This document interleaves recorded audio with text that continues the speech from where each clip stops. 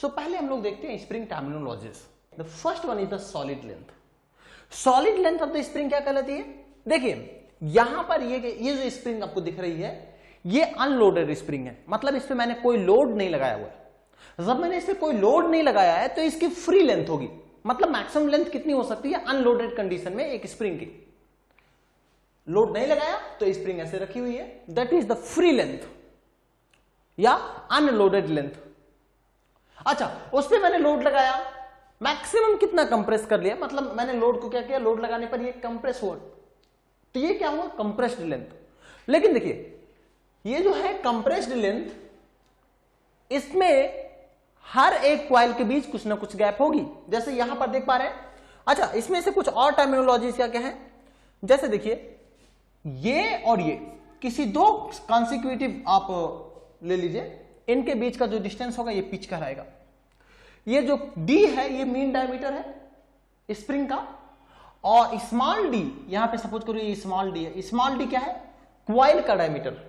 एक spring coil का diameter small D है, जबकि पूरे स्प्रिंग का मीन डायमीटर कैपिटल डी है। पिच जो है टू कॉन्जिक्यूटिव पॉइंट ले लीजिए कहीं भी, जैसे यहां पर पॉइंट ले लिया, यहां पे पॉइंट ले लिया, टू कॉन्जिक्यूटिव पॉइंट, इनके बीच की जो दूरी होगी ये क्या कहलाएगी, पी कहलाएगी, पिच कहलाएगी। तो यहां पे आप देख पा रहे होंगे कि पिच ये दूरी पिच है, लेकिन यहां पर कंप्रेस्ड हो गई है तो पिच तो रह नहीं गया है, इनके बीच कुछ ना कुछ क्लियरेंस है। जैसे यहां पर देख पा रहे होंगे ये here is the clearance, this is clearance. यानी कि हमने लोड जब लगाया तो ये कोई जरूरी नहीं है कि स्प्रिंग के सारे कॉइल्स आपस में अटैच्ड हो गए हों, आपस में क्लोज हो गए हों, ये कोई कंपलसरी नहीं। तो ये जो डेल्टा है यानी कि कंप्रेस्ड लेंथ की बात कर रहे हैं, ये कंप्रेस्ड लेंथ, सॉलिड लेंथ अलग चीज है, ये कंप्रेस्ड लेंथ अलग है। तो कंप्रेस्ड लेंथ हमने लोड लगाने पे कंप्रेस किया है, इसके बाद भी कुछ ना कुछ क्लियरेंस है। अच्छा, उसके बाद फिर और कंप्रेस करो, उसको इतना कंप्रेस कर दो कि इनके बीच का जो क्लियरेंस है ये क्लियरेंस हो जाए जीरो। जैसे क्लियरेंस जीरो हो जाएगा तो एक जो हमारा स्प्रिंग होगा दूसरे वाले स्प्रिंग के साथ, मतलब वन लेयर दूसरे लेयर के साथ एकदम अटैच्ड हो जाएंगे, एक दूसरे के बीच कोई क्लियरेंस नहीं रह जाएगा। Here this clearance is zero. समझ पा रहे? ठीक है, एक कॉइल और दूसरे कॉइल के बीच कोई भी गैप नहीं रह जा रहा है। तो अगर एक कॉइल और दूसरे कॉइल के बीच कोई भी गैप नहीं रह जा रहा है, उस समय जो स्प्रिंग की लेंथ होगी that is known as solid length. Solid length का क्या डेफिनेशन बनेगा? When the compression spring is compressed until the coils come in contact with each other। कोई स्प्रिंग है उसको इतना कंप्रेस कर दो, तब तक कंप्रेस करो जब तक कि उसके सारे कॉइल एक दूसरे के कांटेक्ट में नहीं आ जाए, तब जो स्प्रिंग की लेंथ होती है then the spring is called, the spring is said to be solid, या फिर स्प्रिंग का लेंथ उस समय जो होगा that is known as solid length. अगर स्पेसिफिकेशन दे, है ना, डी क्या है small D, this is coil dia, coil diameter. Capital D क्या है, this is mean dia, mean diameter of spring. Spring का मीन डायमीटर क्या है, कैपिटल डी, इजंट इट? अच्छा, अगर मैं ये वाली लेंथ कैलकुलेट करना चाहूं कहां से कहां तक की, ठीक है, यहां से यहां तक की लेंथ, आप देख पा रहे होंगे कि ये वाला कितना है डी, ठीक है, ये वाला कितना है D, D D D D D D D, समझ पा? डी कौन सा, स्मॉल डी, ये टोटल लेंथ है, this is our compressed length, है ना, ये पूरा क्या है कंप्रेस्ड लेंथ। ये वाला जोड़ लो, ये वाला जोड़ लो, ये वाला जोड़ लो, ये वाला जोड़ लो, ये वाला जोड़ लो, ये, ठीक है, कितने हुए 1 2 3 4 5 6 7 8 9, कितने कॉइल्स हुए 1 2 3 4 5 6 7 8 9। मतलब क्या हुआ कि जो कंप्रेस्ड लेंथ बन रहा है वो डी डी कितने बार जुड़ रहा है, जितनी क्वाइल्स है, कितने क्वाइल्स है, we have 1 coils 2 coils 3 coils 4 5 6 7 8 9, कितने डायमीटर जुड़े 1 2 3 4 5 6 7 8 9। यानी कि टोटल कंप्रेस्ड लेंथ अगर आपको निकालना है तो सिंपली डायमीटर को उतनी बार जोड़ो, किसके डायमीटर को, क्वाइल के डायमीटर को, स्प्रिंग के मीन डायमीटर को नहीं, स्मॉल डी को, स्मॉल डी को इतनी बार जोड़ो जितने नंबर ऑफ क्वाइल्स हो। तो आप कहोगे कि सर देखो, जो कंप्रेस्ड लेंथ की बात करें, इस कंप्रेस्ड सॉलिड लेंथ की बात करें, तो अगर मैं LS लिख दूं तो इसकी वैल्यू कितनी होगी, D को जोड़ो, D को जोड़ते रहो कितने तक, N टाइम्स, N क्या है, से N डैश टाइम, जहां N डैश क्या है, नंबर ऑफ क्वाइल्स। तो आप इसको सम करोगे तो कितना आ जाएगा, क्या ये N डैश इंटू डी आ जाएगा, yes, D plus D 2D 3D 4D 5D 6D ऐसे ऐसे कितना है, N नंबर ऑफ, तो ND हो जाएगा। तो दिस इज N टाइम्स, मैंने इसको ऐड किया तो then this one will be N times ND, N dash D, this is N dash, N नहीं N डैश। तो यानी कि आपका जो सॉलिड लेंथ आएगा LS की वैल्यू ये N डैश इंटू D बन जाएगा, जहां पे G क्या है, क्वाइल का डायमीटर, स्प्रिंग क्वाइल का डायमीटर। फाइन, तो मैंने सॉलिड लेंथ को क्या बोला, it is the product of, solid length की वैल्यू कितना था, N डैश इंटू D, तो इस किसका किसका प्रोडक्ट होगा, product of total number of coil, यानी कि N dash total number of coil, and diameter of the coil या वायर, दिस इज D। क्या यही आया सॉलिड लेंथ, यस। तो आप इन सब चीजों को याद करने की कोशिश मत करिए, बेटर है कि इनके फार्मूले को देखिए, फार्मूले से इस डेफिनेशन को बनाइए, ठीक है। तो this is our solid length. Fine, mathematically, ठीक है, मैथमेटिकली अगर देखें तो सॉलिड लेंथ की वैल्यू क्या होगा, total number of coil into diameter of coil, या इसको बोल सकते हैं LS बराबर, सॉलिड लेंथ बराबर LS N dash into D। इसकी वैल्यू कितने आएगी, ऑफ कोर्स आप ये समझ रहे होंगे, ये नंबर है, this is number of coil, ये क्या होगा, दिस इज यूनिटलेस, ठीक है, और D क्या है, this is our coil dia, तो क्वाइल डाया का यूनिट क्या होगा, mm, तो ये क्या होगा, ऑफ कोर्स इसका भी यूनिट क्या आएगा, mm, यानी कि जो क्वाइल का डायमीटर का यूनिट होगा वही डायमीटर हमारा सॉलिड लेंथ का होगा। तो मैंने माना क्वाइल डायमीटर का यूनिट अगर mm में है तो सॉलिड लेंथ का यूनिट भी क्या होगा, mm में आएगा, इजंट इट। फाइन, अच्छा, इसमें N डैश क्या है, the total number of coils, D क्या है, diameter of the spring wire, mean diameter नहीं, क्लियर है। फाइन, सो अब देखते हैं कि फ्री लेंथ की वैल्यू क्या होगी, ठीक है। फ्री लेंथ की मतलब अनलोडेड लेंथ, स्प्रिंग की वो लेंथ जब उस पर कोई लोड लगाया नहीं गया है, यानी यहां पे बोले तो फ्री लेंथ क्या है, is the length of spring when the spring is in free और अनलोडेड कंडीशन, यानी कि स्प्रिंग तब लोडेड नहीं है उस समय उसकी पूरी लेंथ कितनी है, that is known as free length of the spring, ठीक है। तो फ्री लेंथ की वैल्यू क्या होगी, यहां ये समझ पा रहे हैं, this is our free length. अच्छा, इसको जोड़ने के लिए क्या करोगे, कहोगे सर इसको जोड़ दो प्लस इतना जोड़ दो प्लस इतना जोड़ दो, समझ पा रहे हो कि नहीं, ये देखिए इतना जोड़ दो, ठीक है, उसके बाद इतना ये जोड़ दो, ठीक है, उसके बाद इतना ये जोड़ दो, तो ये पूरा बन जाएगा कि नहीं, समझ पा रहे हो, ये पूरा यहां से यहां तक बन जाएगा, हाँ, क्या यही हमारा फ्री लेंथ है, यस। तो फ्री लेंथ की वैल्यू क्या होगी, देखो इतना मतलब क्या है, compressed length, fully compressed solid length, यानी कि कंप्रेस्ड सॉलिड लेंथ, यानी कि आप इसे सॉलिड लेंथ भी बोल सकते हो। तो ये वैल्यू क्या होगी, देखो इसको जोड़ो, टोटल फ्री लेंथ की वैल्यू में, फ्री लेंथ का क्या होगा,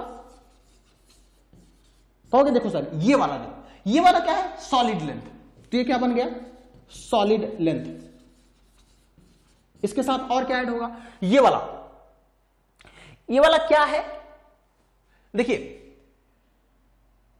ये इसको देखें अगर, तो ये जितना हमने कंप्रेस्ड लेंथ पर मैक्सिमम कंप्रेस कर पाए, ठीक है। अच्छा ये क्या है, ये वाला बताओ, यहां पर ये क्या था, इसके बीच मैंने बोला था कि कुछ ना कुछ क्लियरेंस है, ये आपको बताया था ना मैंने, क्या क्या क्लियरेंस है, यही क्लियरेंस, सपोज करो C1 C2 C3 ऐसे करके सब ऐड कर डालो, तो यही तो दब के आया होगा, जो ये वैल्यू क्या होगा, ये C1 plus C2 plus C3 ऐसे करके डॉट डॉट डॉट। मेरे कहने का मतलब है सबके बीच जितना क्लियरेंस होगा उन्हीं का समेशन ही तो ये दबा होगा, क्यों, क्योंकि ये तो जितना दबना था दब चुका है, स्प्रिंग के क्वाइल का जितना दबना था ड्यू टू लोड वो दब चुका है, अब उनके बीच का केवल क्लियरेंस बचा हुआ है। तो आप कहोगे कि सर इस क्लियरेंस को जोड़ोगे तो इसके बराबर आएगा, ये इतना दबा ना, समझ पा रहे हो, तो ये जो वैल्यू है ये सम ऑफ क्लियरेंस आएगा। अच्छा ये सम ऑफ क्लियरेंस है, ठीक है, इसको बोल देते हैं क्लियरेंस, प्लस इसके साथ क्या ऐड कर दो, क्लियरेंस, और ये ऐड हो गया, ये वाला ऐड हो गया, अब इसके पास पहुंचो, इसको ऐड करो, ये क्या है? This is our maximum compression, this is our maximum compression, ठीक है, स्प्रिंग का। ओके, तो कहोगे सर ये तो वैल्यू है एलएस और ये क्लियरेंस कितना लेते हैं? Clearance nearly 15% of the maximum compression, यानी कि 15% ऑफ डेल्टा मैक्स। अगर ये डेल्टा मैक्स है तो 15%, यानी 15/100 डेल्टा मैक्स, ये 15% ले लिया प्लस डेल्टा मैक्स, ये तो है ही, समझ पा रहे हैं? तो ये वैल्यू हो गया, एलएस की वैल्यू कितना हो गया? n-d plus 0.15 delta max plus से डेल्टा मैक्स, समझ पा रहे हैं? This is our free length of the spring. एक तो ये तरीका, अभी एक और तरीका मैं बताऊंगा, ठीक है, एक और तरीका भी हम लोग देखते हैं। तो this is our free length का एक्सप्रेशन, ये हो गया, ठीक है। तो let me check out the expression, ठीक है, क्लियर समझ पा रहे हैं? n-d ये क्या हो गया? Solid length. ये क्या हो गया? Maximum compression. ये क्या हो गया? क्लियरेंस। क्लियर है? तो इनको अगर मैं इनसे मैच कराऊं तो ये क्लियरेंस वाली वैल्यू कितना है? ये वाली वैल्यू है। ये मैक्सिमम जो डिफ्लेक्शन या मैक्सिमम कंप्रेशन ये है, और सॉलिड लेंथ ये वाला है, ठीक है। इसको एक और तरीके से लिखा जा सकता है, क्या? LF बराबर n-d plus delta max plus n-1 into 1 mm। ये क्या? अगर ये जो 1 mm है ये क्या हो? क्लियरेंस हो, क्लियरेंस, समझ पा रहे? अगर ये क्लियरेंस हो तो कॉइल के बीच में, तो n-1 क्यों करा? ये भी देखते हैं। तो देखो क्लियरेंस किसके किसके बीच होगा? देखिए एक क्लियरेंस यहां आएगा, second clearance, third clearance, fourth, fifth, sixth, seventh, ठीक है। इतने कॉइल के बीच कितने आ रहा है क्लियरेंस? 1 2 3 4 5 6 7। अब इन सारे कॉइल्स को जोड़ लो, 1 2 3 4 5 6 7 8। समझ पा रहे हो? ध्यान से समझो, 1 2 3 4 5 6 7 8 नंबर ऑफ कॉइल्स के बीच में कितने क्लियरेंस बन रहे हैं? 7 क्लियरेंस बन रहे हैं। आप इधर भी चेक करते हो, चलो इधर चेक कर लेते हैं। एक क्लियरेंस यहां पर आएगा, यस, दूसरा यहां पर आएगा, तीसरा यहां पर आएगा, चौथा यहां पर आएगा, fifth, sixth and here is the seventh. कितने क्लियरेंस है? 7 क्लियरेंस। कितने कॉइल है? 1 2 3 4 5 6 7 8। तो इफ 8 नंबर ऑफ कॉइल्स हैं तो उसमें क्लियरेंस कितना आ रहा है? 7। समझ पा रहे हैं? अगर इनके क्लियरेंस के बीच की वैल्यू मैं 1 mm मान लूं, अगर 1 mm दिया हो तो कितने क्लियरेंस आएंगे?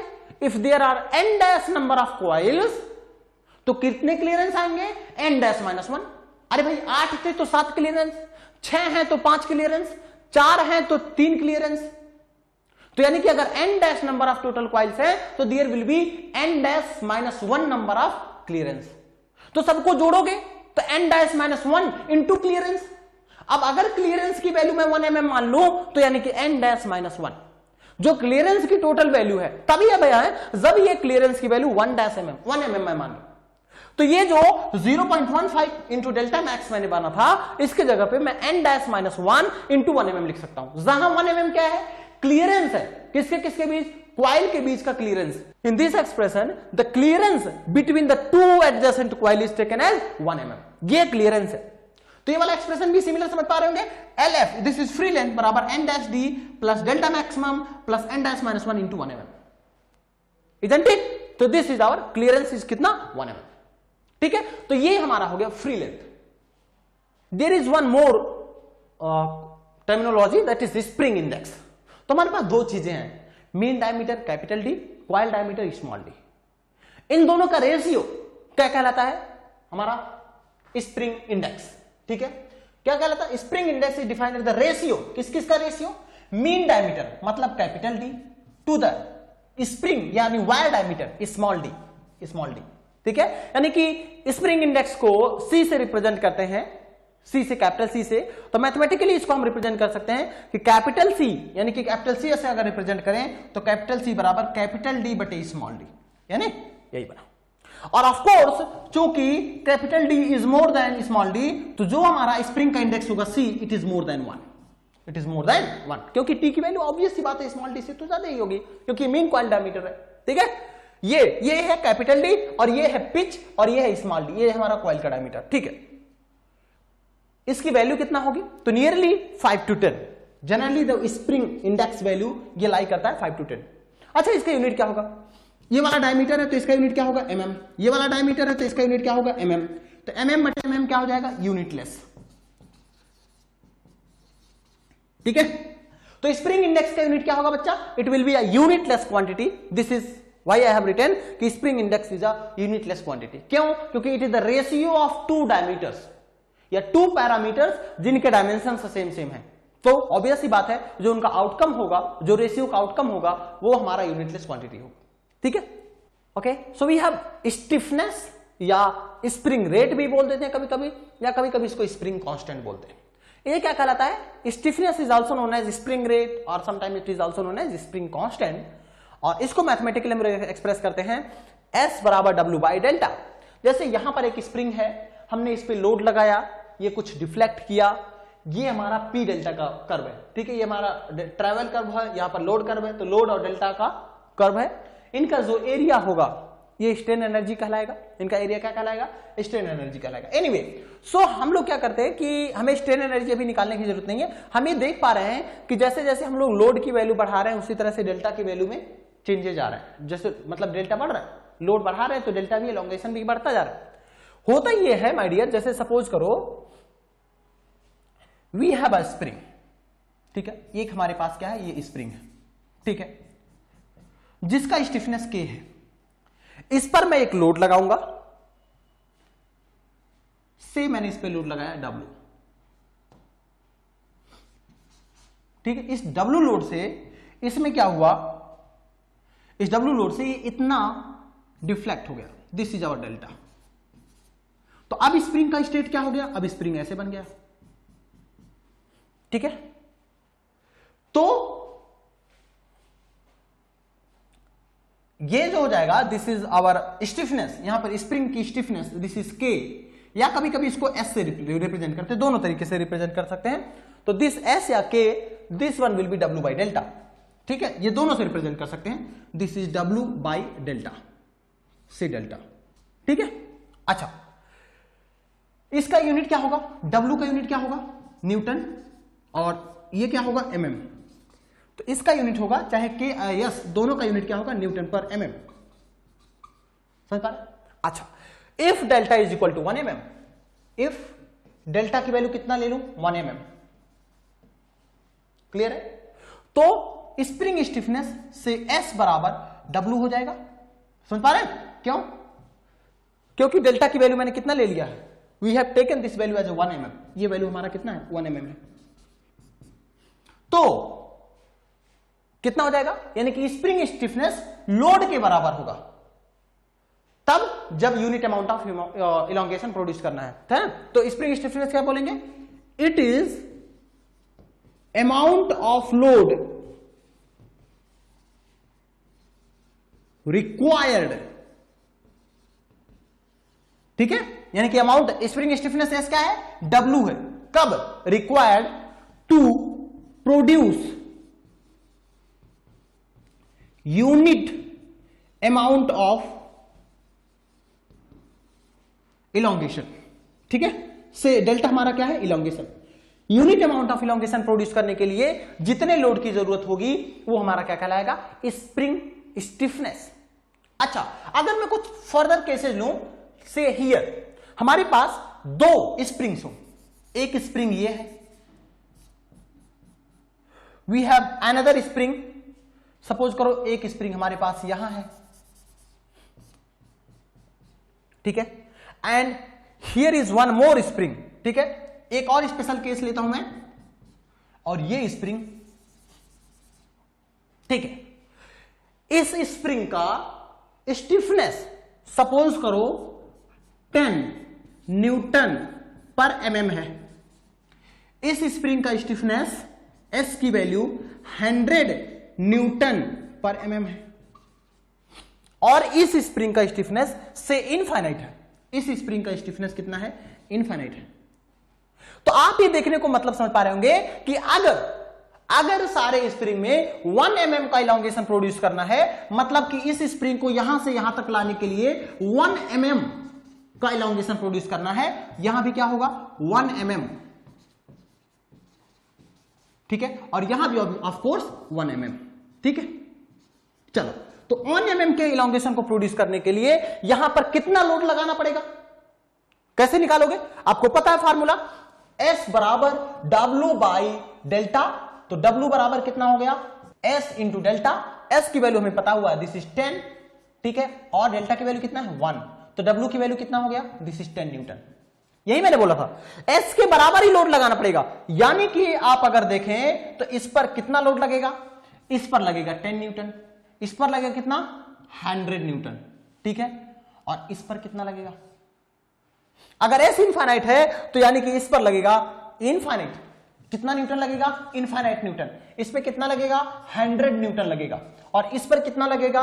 10 न्यूटन लगेगा। आप ये समझ पा रहे हैं, जैसे जैसे S की वैल्यू बढ़ रही है आपको लोड उतना ही बढ़ाना पड़ रहा है। स्टिफनेस बढ़ रही है तो उसके डिफॉर्मेशन का स्ट्रेंथ बढ़ रहा है, यानी कि वो डिफॉर्म कम कर रहा है, ठीक है।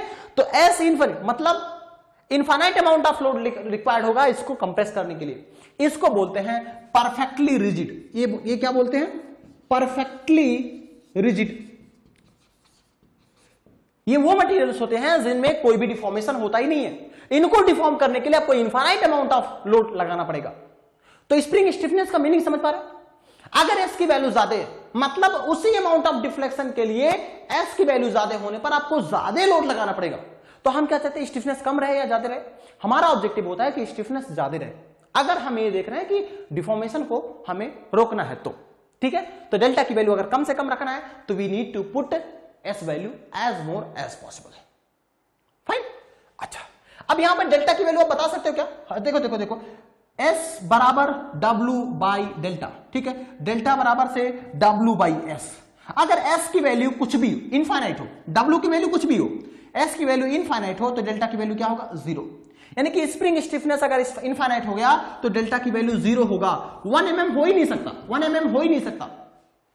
यानी कि लोड लगा लो कितना भी, आपका इलोंगेशन नहीं हो सकता। That is our rigid spring, ठीक है। तो आप स्प्रिंग स्टिफनेस का मीनिंग आप समझ पा रहे होंगे। फाइन। सो इसका यूनिट क्या होगा? न्यूटन पर mm। क्लियर है? अच्छा, पिच क्या होगी? ऑब्वियस सी बात है, क्या है? Pitch is defined as the axial clearance. Axial clearance, axial distance किसके बीच में? Between two adjacent coil.